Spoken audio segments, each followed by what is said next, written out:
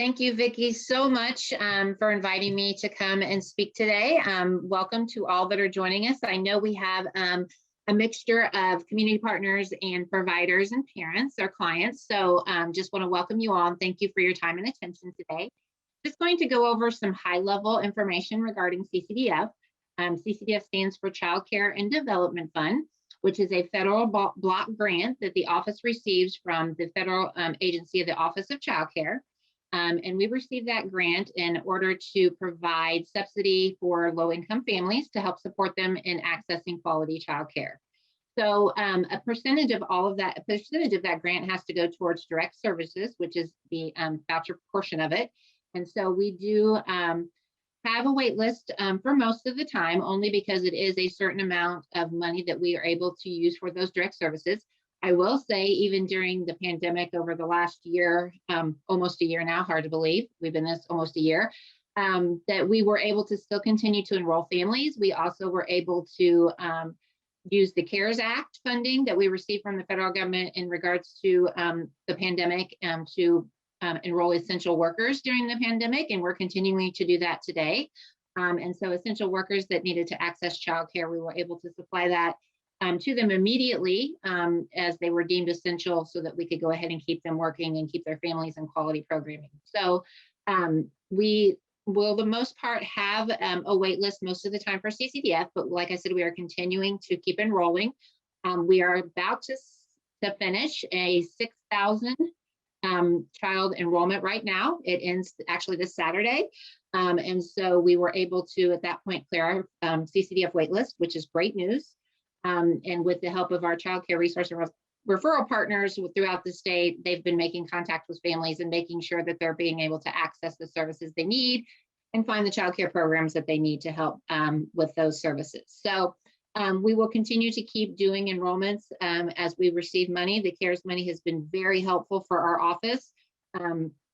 Not only have we been able to use CARES money for essential workers for CCDF vouchers, we've also been able to use the CARES money for grants for our child care providers.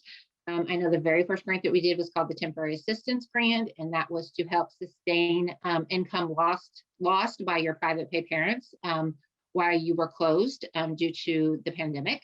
And so we were able to do that for several months during the pandemic, and I know that was very helpful to many providers. And then we are continuing to do what we call COVID grants. So if you have a COVID closure, due to a positive COVID case, we are also helping supplement your loss of income through those grants too, as well, through our office. So very proud of what our office has done in regards to keeping family services available, adding family services for essential workers, also being able to provide supports for the providers and grants. And I know we've done some PPE stuff, and we'll continue to keep doing those. We actually just got our amount for our next round of CARES funding. And so we are diligently putting a plan together to make sure we get that out into the communities and what that looks like. And we will have some things coming for some CCDF families and providers as well. So I would just encourage you to always access the office's website on in.gov. And that's the Office of Early Childhood and Out of School Learning, in.gov. And we will always have that information on webinars, and the webinars will tell you what we're going to do with our CARES funding, if we're going to have grants available. So just please make sure you're constantly checking our website as we update that, and we can inform you of what we're going to be using those funds for. So just kind of wanted to hit the high points of the CARES Act fund money and what the office intends to do with those or has done with those, just so that you guys know that we are keeping our providers, who are very vital to us, and we know that, are very vital in so much of the front lines and don't get recognized for that. So any of you providers on here, all I can just say to you is thank you very much for your hard work, your dedication, and your commitment to Indiana families. We could not do it without you. So we appreciate you, and we thank you for your hard work. And for the families that we have, we are here to help you. We are here to offer you services if we can. We'll walk you through it step by step, and we will also make sure that you're in contact with the right people to help you with any barriers or anything that comes up.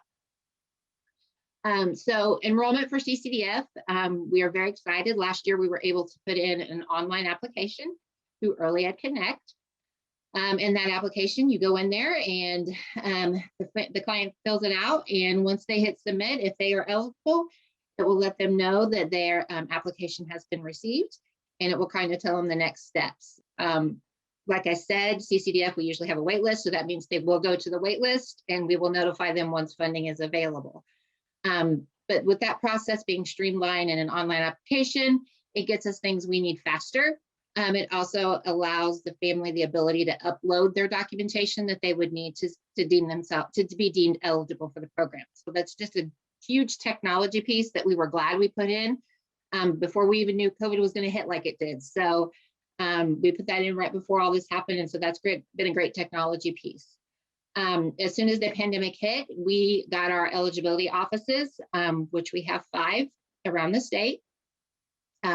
That would be Automated Health Systems, or AHS. We have Brightpoint, we have Children's Bureau, we have Maximus, and we have River Valley Resources. And they service different parts of the state. And we do have a eligibility office map that is on our office website as well at the in.gov. So if you don't know who your eligibility office is, we can get you that information and provide that to you, but it is on our office website. So what has happened is we got them up and running virtually pretty quickly. Matter of fact, in probably less than 2 weeks, got them up and running virtually. And then as many of you know, and as many of you have felt and dealt with your business, your families, your personal lives, things just kept snowballing from there. We were in such uncertain times. Families didn't know what they were doing. Employers, we tried to do our best to keep consistency and continuity of the program. School age vouchers kind of got really hairy with us because we didn't know who was doing what, who was in school, who wasn't in school, and paying for those was, very pertinent to making sure we got those right and that families were able to access all the services they needed. So we kind of got back and forth with school age vouchers. I will say we're in a good place with that. And then one thing that we did is we pushed out all of the subsidies or all of the current cases for the families out 4 months. So when the pandemic hit in March, everyone that was due to normally reauthorize in March, April, May, June, and July, we pushed each one of those out 4 months. And that way we didn't have to inconvenience families with reauthorizing during a pandemic in uncertain times. So we did that, and come October, November, boy, did we have a lot of reauthorizations. So we have been slowly working through those, trying to play catch up, and did some more extensions of cases. But I will say we're in a good spot, and families are consistently now knowing their reauthorization dates and things like that. So we're back on track with that. So if you have any families that you think would be eligible, they do have to qualify at 127% of poverty, and it has to be based on their family size. And family size means any adults that are responsible for the child or children that are receiving services, or is standing in loco parentis. So if they are, with us, it's a physical custody thing, not a legal custody. So whoever is the parent or guardian or is standing in loco parentis, that would be part of the application, as well as the children that they are applying for services for. So they would make sure that they would be on the application, and they have to be at 127% or below to qualify. So based on their family size and their gross monthly income.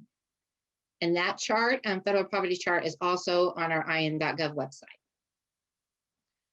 But if they do the online application and they put in all their information, it will tell them if they are eligible or not at the time of application. So then once the family receives notification that services are available, we send them information from their eligibility office on who their eligibility office is and how they set the appointment, how they get documentation to them, and we start working through that process. So that is done through their individual eligibility office, and they can help walk them through those processes. We have a lot of features of document upload.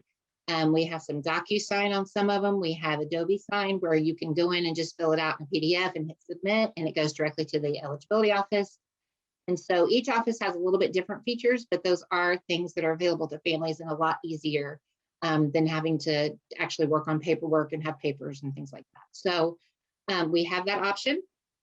Once that family is approved, they provide us a provider form of who they would like their child to be assigned to. And then we assign them to that provider. Now, an existing provider will then see when that voucher is available to them and that child is assigned to them on their provider portal.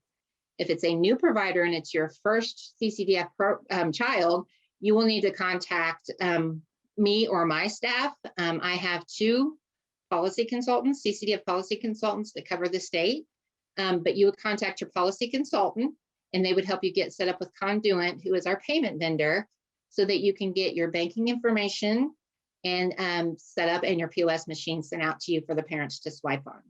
So if you're new to the program, please reach out to your CCDF policy consultant, and the map of who those consultants are and what areas they cover is also on the in.gov website. So feel free to reach out to them and contact them, and they can get you set up with that payment process for Conduent and get you going with attendance and POS machines. And so once all of that takes place, then families get a minimum of 53 weeks of subsidy. So they only have to reauthorize 1 time a year. And so that's very convenient for the families. They only have to worry about it once. And reauthorization is a lot easier than initial. So when they go to reauthorization, they'll reauthorize, they get a couple of notices, one from the office, one from their eligibility office, and they will then start the reauthorization process and walk through that with them. So we have a lot of families we're servicing right now, but we continue to keep adding them. I would say that if you have any families or yourself think you might be eligible, hurry up and get them on that early Ed Connect online application, because as soon as we finish this enrollment, we'll get a couple of weeks of cleanup in our system, and I'm sure we'll go right back to another enrollment. So please make sure that you have any families, or if yourself think you may be eligible, get that online application submitted.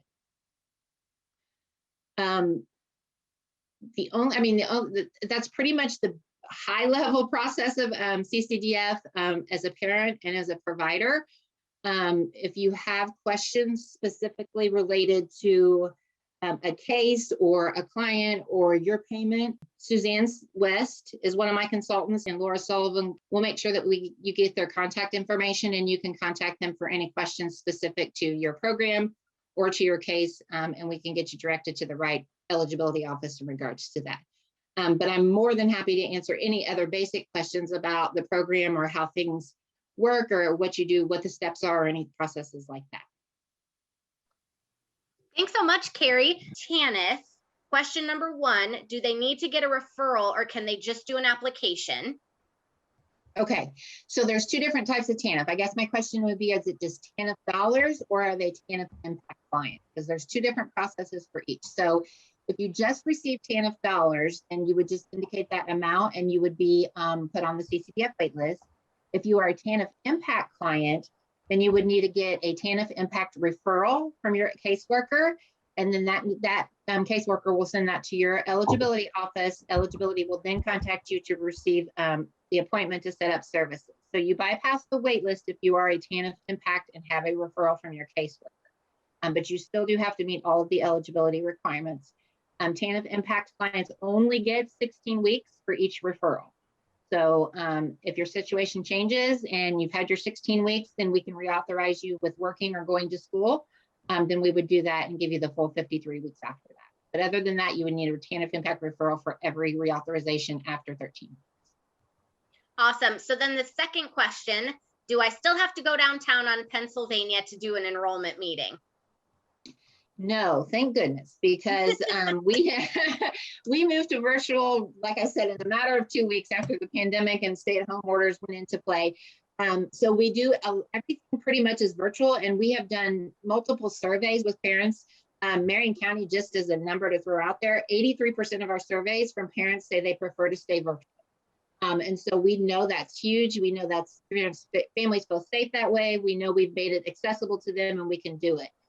But we always do have to leave those options open for families that don't want to do virtual, right? We still do have families that request one-on-one appointments. We do still have families that like to hand somebody their paperwork in person, right? So As far as downtown office, there are two satellite offices that we would recommend you use, and not the Pennsylvania Avenue office. We made some changes there because it was not easy to access. But if you go to their website, it'll give you their 2 office satellite locations in Marion County. And that's when someone is there 4 days a week, and you can actually go and hand them their paperwork or talk to them and ask them any questions. So you have options. You can do it or you don't have to. You can do it in person. Awesome. Another question. What is the average length of time a family is on the wait list? That's a great question. When you're on a budget and you only get so much money, it really just varies. I will tell you that we look at that every 2 weeks, our budget, and we base, how much money funding we have with it. We have to look at attrition. We have to look at obligations. There's a lot of things that go into our budget with it, not just being an entitlement program, right? Food stamps, TANF, they're entitlement programs. They have endless pots of money. Everybody that qualifies gets it. So with Ccdf, it's so much, but we do look at that every 2 weeks. And we are actually trying to also work into what we call rolling enrollments, so that we're consistently doing enrollments probably on a 4 to 6 week cycle. So we're trying to get in a better pattern, but at this point, it just really depends on our funding and availability at the time. So I always tell families, you're welcome to call and check on your waitlist application at any time. And always, always make sure you're keeping your mailing address, your phone number, and your email address current with us, because that's how we will contact you when funding becomes available, and we don't want you to miss that notification. Yeah, awesome. Thank you. So another question for foster parents. As a foster parent, do you need a referral from DCS? So as a foster parent, you can apply, and we do exempt your income. If you're a licensed foster parent, we do exempt your income for services, but you would go to the Ccdf waitlist. If you do have a foster license and you do have a caseworker, we do have a DCS referral program with them, and your caseworker can send a referral over to the eligibility office that you're assigned to, and we can start that process to receiving services and skipping that, bypassing that waitlist. But you have to have that referral from your DCS caseworker.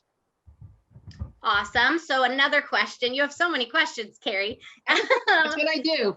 Awesome. So for foster parents, how do they receive a referral? So this individual says that they've been told that it's through the licensing agency, but then they are unaware of how to do that.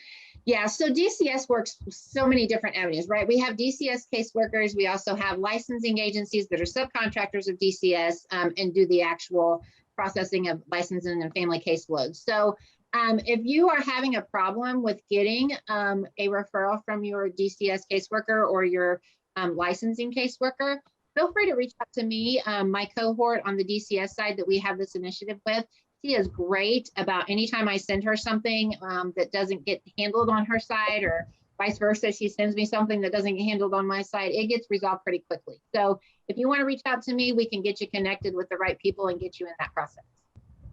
Awesome. Another question. Are payments made directly to the provider or as a reimbursement to the parents? So maybe talking about and if you could talk about how that works, and then as well as like co-pays and overages and different things like that, just to kind of paint the whole picture, I think that would be helpful. Sure, absolutely. So when we create vouchers based on the provider that the family has chosen, we take the provider's charges, which they indicate to us on their provider form. We enter that into the system, and our system looks, okay, one, does that parent have that family have a copayment? So based on their family size and their gross monthly income and where they fall in those federal poverty guidelines, will determine if they have a copayment. That's federally driven by that poverty level guideline, nothing that we can override or take away or not charge. So our system looks to see, okay, based on your income and your family size, do you have a copay? If not, we put the provider charge in, and then based on the type of provider you have chosen, or you are you a licensed center, home, registered ministry, VCP ministry, or a legally licensed exempt? And then it looks, what's your PTQ level, right? So based on your provider type and the PTQ level of the provider determines your reimbursement. And it goes by the county that the family lives in, not the county the provider's in. So it looks at the provider type and the reimbursement for that provider type for the county that the client lives in and the age group of the child. The system looks at that and it says, okay, we will pay you the lesser of the two. So if provider charges $150 and the maximum reimbursement for your county and for that family is $100, then we will pay and reimburse the $100. So if there's no copay, we get the full $100 reimbursement as long as the child is in attendance 25 hours or more a week. If there is a copay, say this family has $25 copay, we pay you $75. The $25 copay comes directly to you from the parent weekly. Now in this situation, I gave you 150 is the provider charge, 100 is our reimbursement. So there's a $50 overage or $50 difference than what you would normally get. That is up to the provider that you have chosen, and the provider can decide if they want to choose that overage or not. I will just say that to any providers, if you do charge one CCDF client, you have to charge them all. So it has to be a fair and consistent policy across the board for overages. So once all of that is determined in the situation on the parent's pre-voucher, they will be the information. Do they have a copay? Do they have an overage? And then they will know what their provider is going to receive on their behalf or what they have to pay. On the provider portal, then the provider will be able to access the voucher information and look to see what that subsidy or reimbursement is going to be for that family. And then based on if there's a copay, what they need to collect weekly. And if there's not, and there's overages, whether they choose to charge those or not. Once that's all done, parents have to swipe in on the POS machine daily, in and out. And then again, for full-time reimbursement, they have to be in attendance at least 25 hours or more a week. If not, then the provider will receive half of that reimbursement, and parents could be asked to pay the difference if that's the case. So what happens, the swipe activity occurs, and then every 2 weeks, we do a direct deposit based on time and attendance and swipe activity for the payment to the provider directly.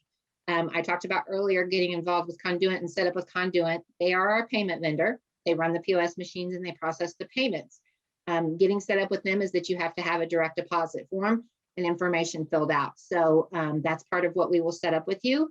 And so then that will go into direct deposit every 2 weeks. And we do have a payment schedule on our provider website that shows you when the payments will happen and for what weeks of service it is. We are usually 2 to 3 weeks in arrears for payment, but once it gets started, then it's the consistent every 2 week deposit. Awesome, thank you. So next question, are there preference for DCS cases? So if a family is involved with DCS or if there's a DCS referral, is there going to be a preference on the wait list? So we have, if they get a referral from the DCS caseworker and they're licensed foster or they are relative placement, the difference with licensed fosters, we exempt income for eligibility. With foster or with family placement, we do require them to be income eligible. So there's a little bit of difference of eligibility for those two. If you have that DCS referral from your caseworker, you bypass the wait list. That is not going to take you to the wait list. It's going to get you directly services. Now, if you just have a CPS or you're just involved with DCS because you have an open CPS case, that is a priority and that is a service need for us, but it does just send you to the wait list, but it does give you a higher priority on the wait list. Awesome. Okay, we have a lot of questions coming in. Okay. Let's see here. Okay, so we have somebody else. They said that they work flex shift in retail. Does that impact their CCDF? So they work, Tuesday through Friday, sometimes Saturday, sometimes 4 hours, but for up to 8 hours a day. Sure. So we will issue a voucher. We are issuing full-time vouchers only right now during the pandemic, but we will issue a voucher for 10 hours a day, 5 days a week. So whatever 5 days or 6 days you need to do and attend your provider, that is totally up to you. We will pay them the same for the maximum of 50 hours a week. So you would just need to find a provider that fits your needs for shift care that you might need or care that you might need during the weekends. But we will always issue a voucher for 50 hours a week. And then that would be up to you to find the provider that fits those needs. Awesome. And then so we had one more person who put in here, just to clarify, if I have a case specific question, I can get in touch with Vicki to be connected to the correct CCDF case manager. So yes, if you have a case specific question, you can reach out to me. I'll make sure you get connected. But Carrie, if they had a case specific question, is there one place that they could go to kind of eliminate me and take me out of the equation so they don't have to wait for me and so they can go straight to the source? Yeah, sure. So I would refer them to Suzanne and Laura, the CCF policy consultants, because then we can answer questions about cases and maybe take care of it then and there. If it's a provider, definitely will help support them. We always tell everyone that the eligibility office is paid to work with the families. And Suzanne and Laura and I are paid to work with the families and the providers. So we're always your best bet and your first stop in case something's not happening or you're not getting what you need or you have questions. Are there resources for CCDF parents when their childcare has to close for 14 plus days due to COVID? Yes. So if if your provider has a positive COVID test or positive case, then we do know that they have to close for COVID closure. We will allow you to do a provider change for that 2-week period or as long as you need that to be. CCDF is a parent choice program. So if something happens that you can't access the child care program that you have chosen, we will always make sure that you can have a child care program that does meet your needs or does fit your child better.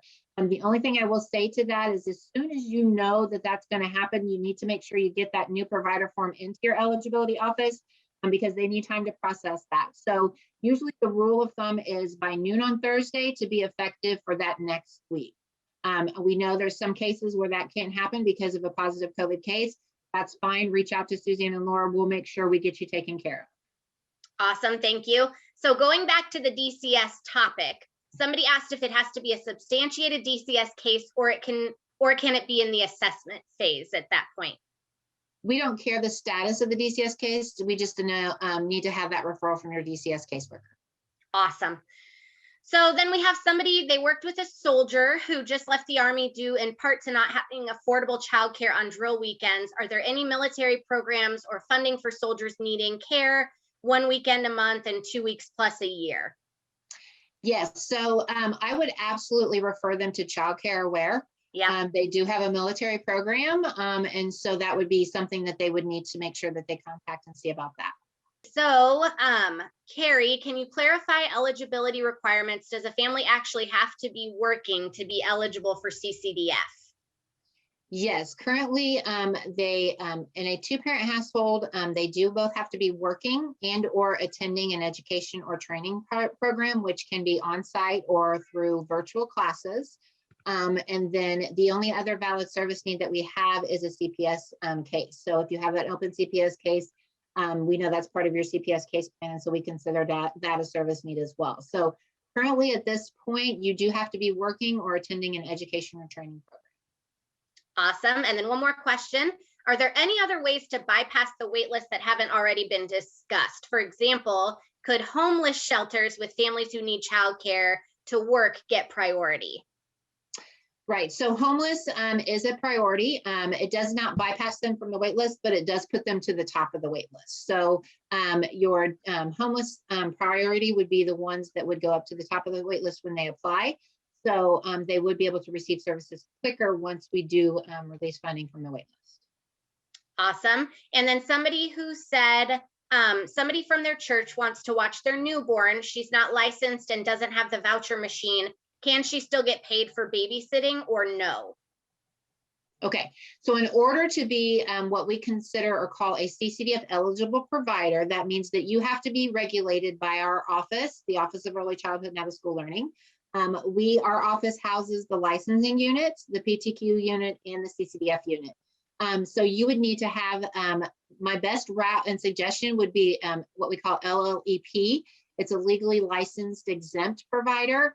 We have it for the home setting where they're watching less than 5 children or less, and they can meet some requirements, and it's the minimum requirements to be met to be able to receive CCDF.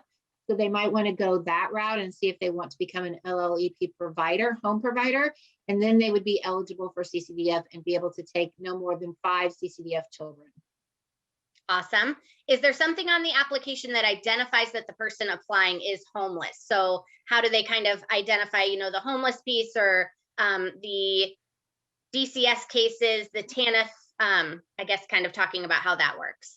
Sure. So all of our priority cases that we've discussed, whether it be through referral or whether it be a priority on the wait list, are all questions on our application. Awesome. So then another question is, what should I expect after I'm pulled off of the wait list? So once you're pulled off the wait list, your eligibility office will contact you through mail and or email and let you know that you have been pulled for enrollment. They will guide you to their websites What you'll do on their website is you'll create yourself an appointment or an orientation appointment, depending on the agency. And then while you're doing that, while you create that appointment, and before your appointment, they'll give you a checklist on the website that will be able to tell you what is needed for your appointment as far as documents, forms, etc. So we always encourage, once you make that appointment, you start gathering your documents, you start getting the forms that you need.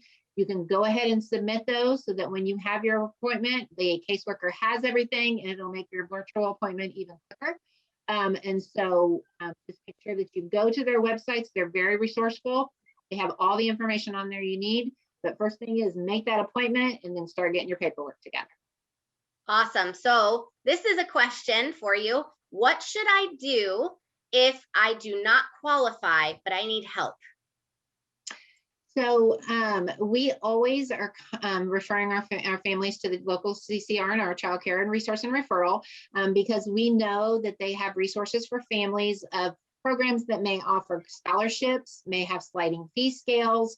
They may have other options for them. So we would always send those families to the local Child Care Resource and Referral to work with a family engagement specialist. Yes, absolutely. I was going to say, please reach out to us at your local level or your local Child Care Resource and Referral agency.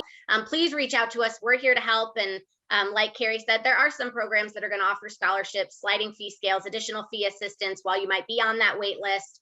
And so please reach out to us and we can kind of offer additional assistance with that. Okay, so if a teen mom lives at home with her parents, do their incomes count? No, it is whoever is physically responsible for that child or who is the parent or guardian of that child. So it would just be the teen. We have what we call minor parents that are the applicant, and then their child would just be on the program or on the application. Awesome. And then if a child is in kinship care rather than foster care, can their guardian get the CCDF voucher? Yes, as long as they still meet the eligibility requirements for income and service needs. Awesome. Do you consider other expenses that affect income? We do not. Unlike TANF, food stamps, and Medicaid, CCDF does not look at the expenses for eligibility. We use your eligibility determination by your gross monthly income from accountable sources. So there are just a few accountable sources that we use: wages, from employment, self-employment, unemployment, we count those. We also count child support that's received. And so TANF dollars that are received. Those are the countable income sources that we use, but we do not take away any expenses or anything regarding your eligibility determination. Awesome. So then we had somebody else who said they have a yellow card but never activated it. Do they need a new one? Yeah, so if you have a current case and you've not activated that card, it doesn't expire. It can get demagnetized and not work, or get lost. We have that a lot. But as long as your case is still active, that card is still good. You just need to go on into the IVR system, the phone system, or onto the parent website and activate that card. Awesome. And then we had somebody else that said that they're trying to set up their appointment and can't seem to get it done the right way and they need help. And so I am going to encourage that individual to reach out to either Laura or Suzanne so that you can kind of do a deeper dive. If you are looking for childcare or you are working with someone who is looking for childcare, you can send them our way. We are able to get a list of childcares that are going to be near the address that you provide us with, that will, have accept children the ages of the children, be open the hours and the days that you need them to be open, all the way down to if you need them to accept the CCDF voucher, we can find that for you as well. So please reach out if you need any assistance with any of that. If you have additional questions, if you want to do a deeper dive with me on who we are and what we do, I'm always happy to share any information with anybody. We are here to help and we want to get people connected. Carrie, it looks like somebody said they're still waiting for their card. They told them 2 to 4 working days and it's been more than 2 weeks now. So would you recommend reaching out to Suzanne or Laura? Yeah, or if you know who your eligibility office is, go ahead and reach out to your eligibility office and they can look for you. I will tell you, the mail service has really caused some issues with cards and getting those on time. They are a little bit delayed sometimes, but if you don't get it, please feel free to reach out to your eligibility office and we can, 1, verify we have the right address for you, and 2, if we need to, send out a new one.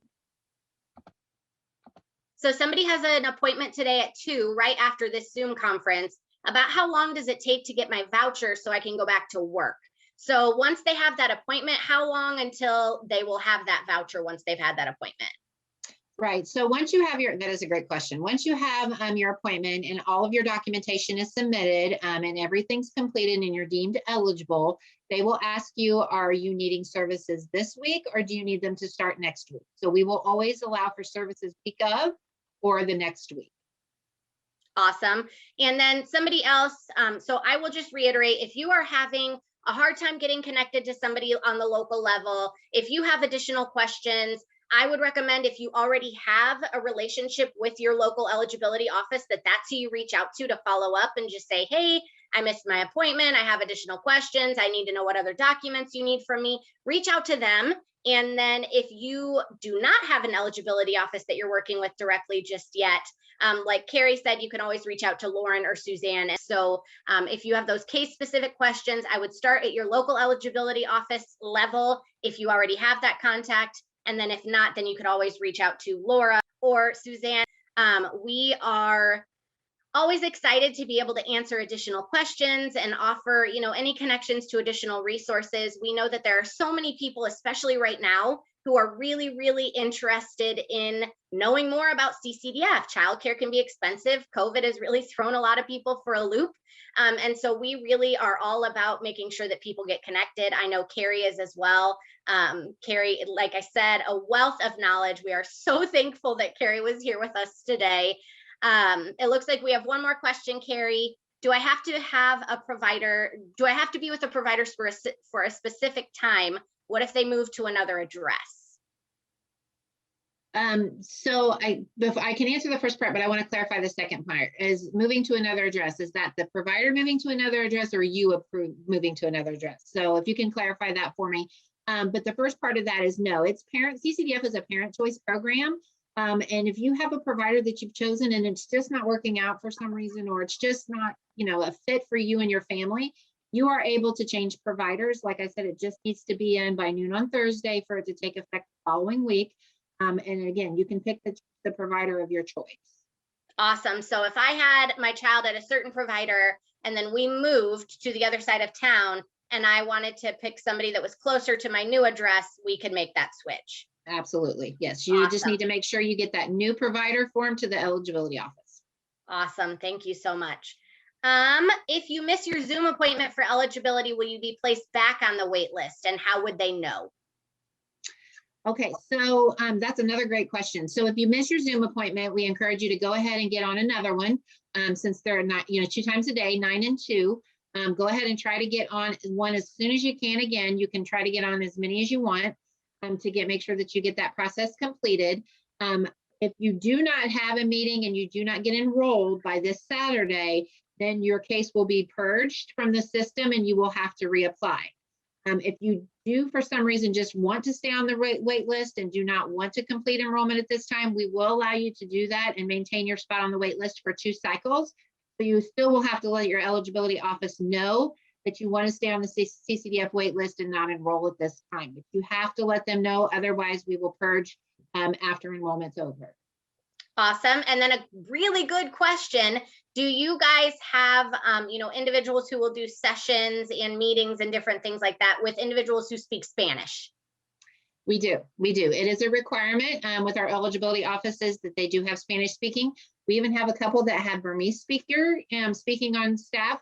We also have, most of them have translation services that they use. So we always can accommodate families through their translation services that the eligibility offices have. So we will always make exceptions for those families and try to accommodate as we can, but Spanish is in every office, so yes. Awesome, thank you so much. Thank you all so much for being here today. And if you have any other questions about Child Care Answers, who we are and what we do, please reach out to me. I'm happy to get you connected to wherever you need to be connected.